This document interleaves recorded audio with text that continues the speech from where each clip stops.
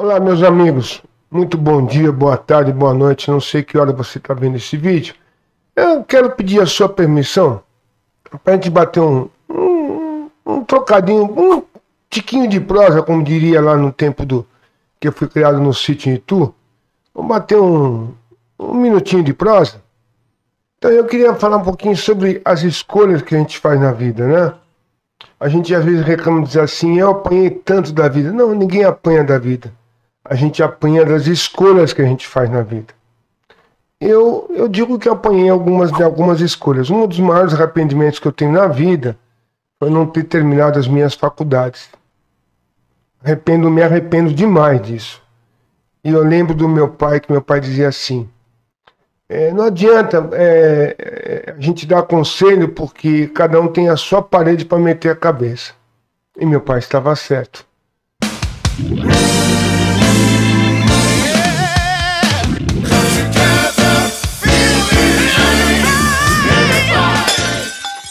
Porque no dia que eu entrei na faculdade, eu fui lá falar, pai, primeira faculdade que eu entrei, eu já estava com 28 para 30 anos.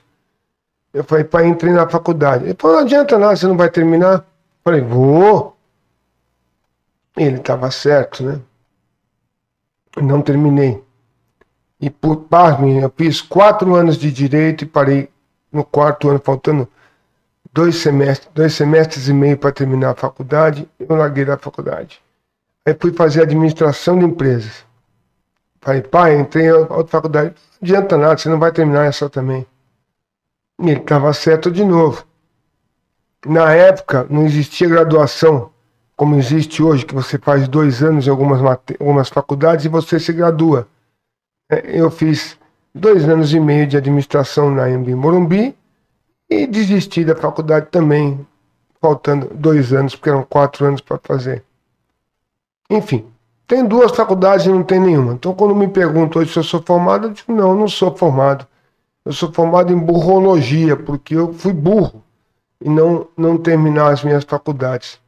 Porque eu tivesse seguido o conselho que eu dou hoje, a quem me pergunta sobre faculdade, que é o que meu pai dava para mim quando eu era menino, diz assim, não precisa você se forma, não quer trabalhar no que você se forma, não tem problema, pega o diploma, deixa em cima do armário, lá no tubo, pega o canudo, como ele falava, larga em cima do armário. Se algum dia você ficar desempregado e precisar de uma profissão, você vai lá, sopra, tira a poeira, se atualiza e vai procurar um serviço na tua área. Meu pai foi um exemplo de vida, eu digo isso porque meu pai, ele não fez a faculdade do que ele queria fazer, ele fez a faculdade do que ele conseguiu entrar. E como ele não tinha condições de pagar, ele tinha brigado com meu avô, tinha saído de casa, ele prestou universidades públicas, né, federais, prestou medicina, prestou direito, e passou em odontologia, em Ribeirão Preto. E foi fazer odontologia em Ribeirão Preto. E se formou, e meu pai era um exemplo. Meu pai era bucomaxilotraumatologista, e foi realmente um exemplo de homem. Nessa parte ele foi realmente um exemplo de homem. Porque ele sempre dizia assim, seja o melhor no que você escolher ser. Mas quando você escolher a tua profissão, procure ser o melhor. Faça tudo com maestria. Meu pai, eu não sei se diploma faz o homem, mas meu pai tinha as paredes do escritório, do consultório dele, que ele tinha um consultório ali no Itaim Bibi, na rua Tabapuã. Então ele tinha 3 salas, tinha a recepção, o escritório dele, o consultório, a sala de cirurgia e 2 banheiros, né? Um para a recepção e um para dentro do consultório. E o escritório dele, que era pequenininho, era uma salinha que nem esse estúdio aqui, devia ter 3x4 ou 3x3, né, 12 metros quadrados, 10 metros quadrados, era toda coberta de diplomas a parede do consultório dele. Não é diplomas de formação universitária, não, eram diplomas de especialização. Que todo curso que tinha de especialização de bucomaxilo, meu pai fazia. Tanto que ele foi professor da USEC, foi diretor do Hospital Jabaquara, foi diretor do SECOM, na Prefeitura do Estado de São Paulo, que distribui as ambulâncias do Estado de São Paulo. Sempre trabalhou na área da saúde, depois que ele se formou, né? foi oficial médico do Exército, né? Oficial odontologista do Exército, quando ele serviu o Exército, né? Meu pai se formou cedo, meu pai se formou com 20 anos. Ele fez a faculdade estando no Exército. Então ele era oficial médico. Se aposentou não, saiu do Exército como oficial médico. Deu baixa, acho que com 23, 24 anos, como oficial médico. E é oficial da reserva, né? E um dia eu conto a história para vocês, como é que meu pai me tirou do Exército, que é meio cômica, né? Porque eu tenho 1,90, eu já tinha barba cerrada, bigode, com 17 para 18 anos. E eu vou até contar agora, depois eu tô contando, conta agora. E meu pai, a pavor do meu pai é porque adorava andar de moto. Então eu tive minha primeira moto com 15 para 16 anos, que eu comprei sozinho. Eu fazia antena para rádio amador, fui instalar uma vez em Cotia para um cliente e conheci um amigo dele que trabalhava em autoescola. Eu nunca tinha andado de moto. E ele estava com uma motinha, uma 100zinha Yamaha automática, elétrica, né? Automática, elétrica, né? Tinha que mudar.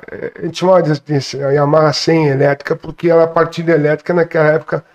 Só as motos importadas tinham partida elétrica, o resto era tudo num pedal, né? E eu falei para ele, deixa eu dar uma volta. Ele falou, você sabe andar de moto? Eu falei, sei, nunca tinha andado de moto. Eu tinha visto andar de moto na garupa do meu irmão e tinha prestado atenção no meu irmão. E eu montei na moto e saí andando. Você sabe andar de bicicleta, você anda de moto, né? Só sabendo mudar as marchas, você anda. E fiquei andando a tarde toda com a moto. Quando eu entreguei a moto para ele, ele falou assim, gostou? Eu falei, demais. Ele falou, quer comprar uma? Eu falei, tem dinheiro para isso não, moço. Ele falou, não, mas eu faço um negócio com você. Eu tenho uma desmontada, igualzinha essa aqui. Eu preciso montar, ela tá todinha desmontada. Foi lá, me mostrou no galpão. Tinha todas as peças da moto no chão, assim, tudo. O quadro, motor, as bengalas, os amortecedores traseiros, o banco, o guidão, parafuso, roela, tinha tudo no chão. Mas estava completamente desmontado, o tanque, né?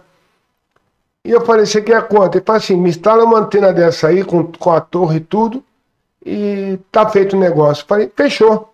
Para mim saía barato, porque eu que fabricava as antenas, né? Então eu peguei, fiz a instalação, ele demorou uns 2 meses, me entregou a moto montadinha, bonitinha, andando, beleza. E eu comecei a andar de moto. Levei uns 300 tombos de moto, eu devo ter uns 46 acidentes de moto, nada muito grave, mas foram todos com essa motinha. Depois dessa eu comprei uma 150 Yamaha e foi evoluindo, né? E quando eu tinha 18 anos eu já tinha uma CB400.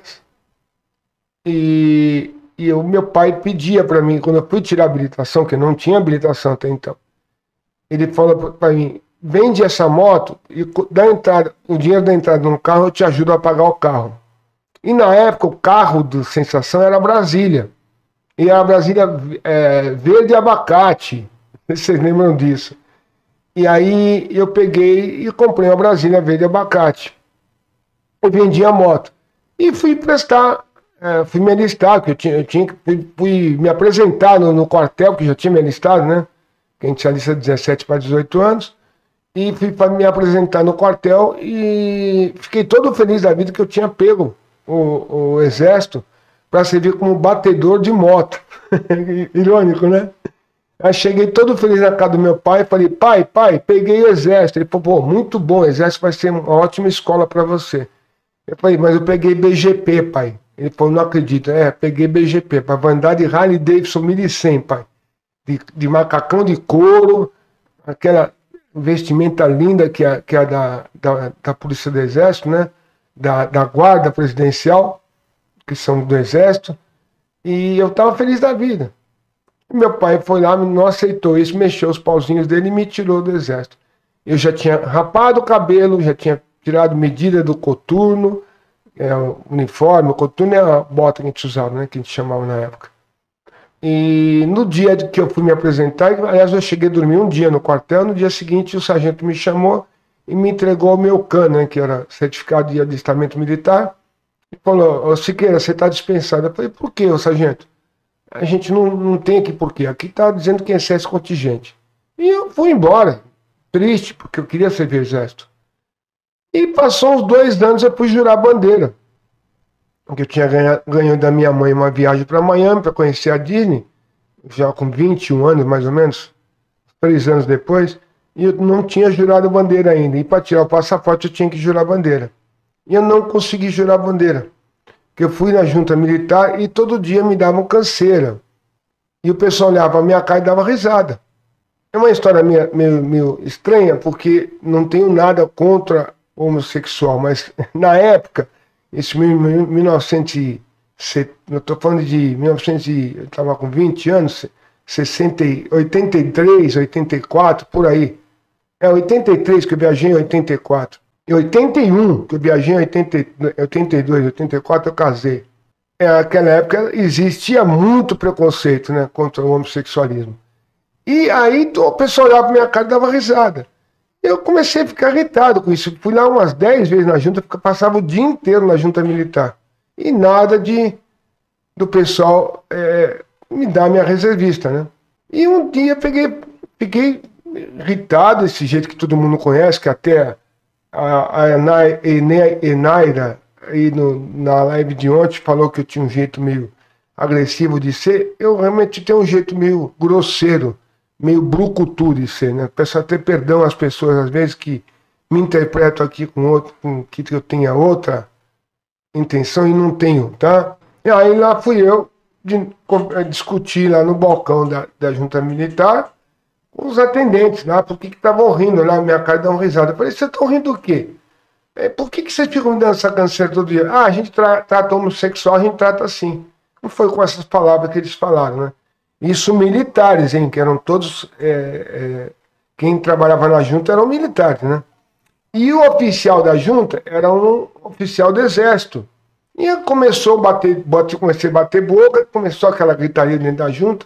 A junta era ali no centro da cidade, perto daquele estacionamento que tinha muito conhecido no centro da cidade. Você descia uma escada assim, e lá embaixo, no subsolo, era a junta de alistamento militar. Não sei se ainda é lá. No centro da cidade, perto da Praça Roosevelt ali. Ele veio conversar, o que está acontecendo aqui? Eu falei, não sei, acho que era um tenente.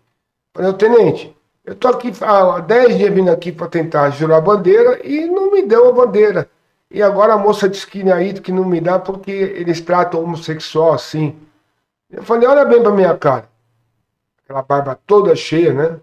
1,90 m, eu era bem cheinho, fazia academia nessa época.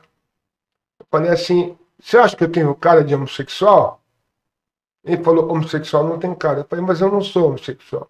Não tenho nada contra, mas não sou homossexual. Aí contei a minha história, né, do que meu pai, tá, não sei o quê, ele deu muita risada, fomos almoçar junto, e aí eu marcaram a data para mim receber, jurar a bandeira, e eu recebi meu certificado das mãos do, então, era prefeito de São Paulo, o falecido ex-presidente Jânio da Silva Quadros, o homem da vassourinha, lembra? Então, foi dele que eu recebia o certificado em mãos. Simbolicamente, o prefeito entregava nas mãos, representando todo o grupo que tinha jurado bandeira. Essa é a história que meu pai me tirou do exército desse jeito. Como oficial da reserva, ele pediu alguns favores e o único jeito que tinham de me tirar, o excesso contingente não podia mais, que já tinha estourado, era esse contingente H, que chamava na época. E contingente H era, quer dizer, homossexual. Então, homossexual naquela época não podia servir exército, né? Existia muito preconceito, e eu fui retirado do exército com esse favorzinho de papai, né? E quando eu contei isso para ele, anos depois, muitos anos depois, ele não se aguentava de dar risada. Era incrível. Por que eu estou contando tudo isso para vocês? Porque a vida é feita de escolha, gente. E eu montei esse canal, a escolha que eu fiz aqui, realmente não tinha nada a ver com dinheiro. E já provei que eu não ganho dinheiro aqui. A minha escolha aqui era falar de política. Eu comecei esse canal só com política.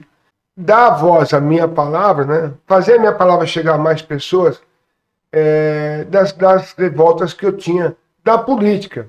Então eu era um canal de protesto contra a política, né? Contra umas linhas da política. Isso não vem mais ao caso, que não é mais o nicho do meu canal hoje. Nesse meio desse caminho, isso começou em 2018, finalzinho de 2019 eu comecei a fazer o canal sobre previdência, aposentadoria, deficientes físicos, porque eu já tinha sofrido AVC, já tinha me aposentado por deficiência física, né? E fiz o canal para poder defender os direitos que são meus. E eu vi que poucas pessoas tinham realmente alguém que representasse e falasse: eu posso não ser o melhor aqui das pessoas, o mais entendido para falar e defender vocês, mas o que eu faço com amor, com dedicação e carinho, porque não é visando dinheiro. Eu acho que eu já provei isso para vocês, né? E várias vezes eu abri o canal aqui na parte de monetização e mostrei que eu não ganho nem para sustentar o canal, nem para manter o canal. E vou continuar aqui, firme e forte, fazendo enquanto eu tiver condições de sustentar o canal, enquanto isso não atrapalhar o meu meio de vida, né, o meu sustento. Vocês sabem que eu tomei um baque grande aí, fui ajudar uma pessoa aí, não vou citar nomes, todo mundo já sabe. Eu tomei um golpe de mais de 5 mil reais aqui na internet. Então, enquanto eu aguentar a manter o canal aqui sem tirar a qualidade de vida minha e da minha esposa, eu vou manter o canal, independentemente de estar ganhando do YouTube ou não, porque eu demoro 5 a 6 meses para fazer $100. Bom, gente, o vídeo ficou muito grande. Eu queria só contar a história aqui das escolhas que a gente faz na vida, né? E que a gente não devia fazer, e que a gente culpa a vida por isso, né? Então a gente fala assim, porque a vida, são coisas na vida, né? É culpa da vida, não é culpa da vida, são culpa das escolhas que a gente faz na vida. A gente paga o preço pelas escolhas que a gente faz, e não porque a vida quis assim. Foi a gente que escolheu assim. Tá bom, pessoal? Desculpa esse vídeo longo, eu queria só falar que eu tô com vocês, vou ficar com vocês, e a intenção do canal é continuar defendendo o aposentado até o fim. Enquanto eu puder, enquanto eu tiver força, eu vou estar aqui trazendo notícias, lutando sim com tudo que eu posso. Inclusive, eu ontem ia comentar na live, eu esqueci, que apesar de falarem tanto mal desse governo que está aí, foi no governo que eu consegui marcar live com o ministro da Previdência, né, o Carlos Lupe, me deram abertura para poder marcar, para agendar, né, me deram abertura para agendar live com o ministro da Fazenda, que é o Fernando Haddad. Então, é um governo que, apesar de muita gente achar ruim ou falar ruim, dá aberturas para a gente poder conseguir conversar e chegar mais perto, né, ter voz ativa. Entendeu? Parecer, pelo menos. Então, nesse ponto, eu não posso falar mal do governo de jeito nenhum. E, como eu já falei para vocês, eu só vou falar mal do governo quando o governo errar, quando o governo prejudicar. Quando o governo estiver acertando, eu vou continuar dando parabéns aqui, doa a quem doer, tá? Vocês acham que eu sou bolsonarista, ou acham que eu sou petista, o problema é de vocês. Eu defendo o aposentado. Enquanto o governo que estiver no poder estiver fazendo um bom governo para o povo, eu vou estar aplaudindo. Quando estiver fazendo alguma coisa que é contra o povo, eu vou cobrar sim. Essa é a função que eu estou aqui na internet para fazer, aqui no YouTube. Tá ok? Combinado? Muito obrigado pela paciência de vocês e desculpem esse vídeo longo. Tá? A gente volta ainda hoje com um vídeo sobre assuntos do seu interesse. Até lá, um grande abraço do Caco e obrigado pela sua paciência. Fiquem com Deus.